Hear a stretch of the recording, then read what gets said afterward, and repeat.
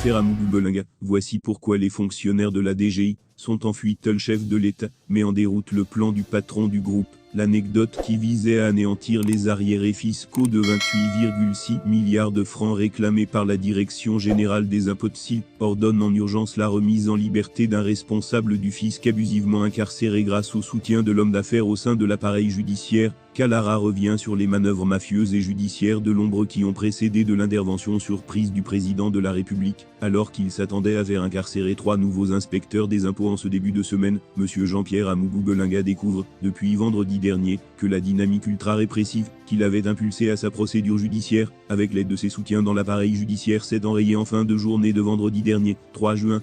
2022, 2 correspondances véhiculées sur les réseaux sociaux ont dévoilé l'entrée en scène quasiment tonitruante du président de la République dans la bataille qui oppose depuis quelques semaines l'homme d'affaires à l'administration fiscale suite à d'autres instructions reçues par voie téléphonique par le ministre de la Justice dans le but de remettre en liberté Madame Vogo-Emeline épouse Bihina, en détention préventive depuis le 19 mai. Monsieur Laurent Esso a dû rendre compte, dans l'urgence aussi, de la difficulté à exécuter immédiatement l'ordre reçu avant de s'adresser au secrétaire général de la présidence de la République, SGPR. Pour la haute information du chef de l'État, le garde des Sceaux avait pris le soin de prescrire, le même jour au procureur général près la cour d'appel du centre, lui aussi à travers des instructions verbales, la prise des dispositions légales en vue de la mise en liberté de Madame Vogo-Emeline. Dans une note à l'attention de Monsieur le ministre d'État, ministre de la Justice, garde des Sceaux faite dans l'urgence, Monsieur Ntamak Jean-Fils Kléber a répondu que la demande de mise en liberté de l'intéressé ne peut être réexaminée que par la chambre de contrôle de l'instruction de la cour d'appel du centre à son audience du lundi 6 juin 2022. C'est cette opinion qui a été fidèlement transmise par le garde des Sceaux au président de la République via le SGPRAN, dévoilant, sans le dire explicitement, que la remise en liberté du chef du centre régional des impôts du centre 1, CRIC1, est programmée pour ce lundi 6 juin 2022. La correspondance de ministre d'État Esso est le dernier élément enregistré dans la guerre des nerfs qui s'est intensifiée entre M. Amougou-Belinga et l'administration fiscale depuis une dizaine de jours. Le mercredi 25 mai 2022, M. Modeste Mopafatouin, directeur général des impôts, DGI, avait décidé d'aller réconforter et remobiliser à ses collaborateurs du CRIC1, orphelins depuis une semaine quasiment de leur chef de centreille, annonçait alors qu'il ne ménagera aucun effort pour les protéger dans l'accomplissement de leur mission.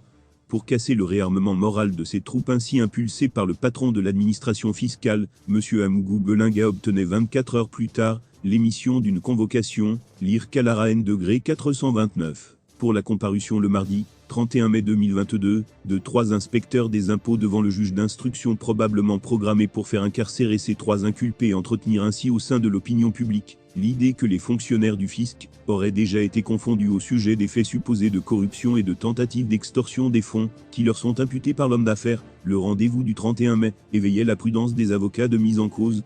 Pas encore remis de l'incarcération surprise de Madame Vogo-Emeline le 19 mai et alerté par une violente campagne médiatique menée à coups d'injures et de contre-vérités sur les responsables du fisc par Vision 4, les conseils de ces derniers décidaient de s'entourer désormais d'un maximum de garanties pour perturber le plan de l'homme d'affaires et de ses soutiens. L'attitude du juge d'instruction devant la requête de remise en liberté du chef du CRIC1 déposée le 23 mai 2022, de même que sa réponse à la demande d'obtention de la copie du dossier de l'information judiciaire, seront alors minutieusement scrutés pour cerner son état d'esprit. Le 30 mai, à la veille du rendez-vous des 3 inspecteurs des impôts, avec M. Amougou-Belinga et le juge d'instruction, les avocats sollicitent le report de la confrontation. Ce report n'empêche pas le patron du groupe, l'anecdote, de se présenter au palais de justice flanqué de ses avocats et de ses 2